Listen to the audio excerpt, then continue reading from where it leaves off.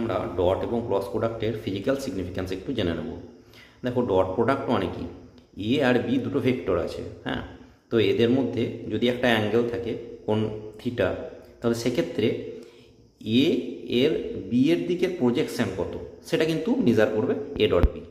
এ dot B মানে হচ্ছে এ এর প্রজেকশন বি এর দিকে কতটা।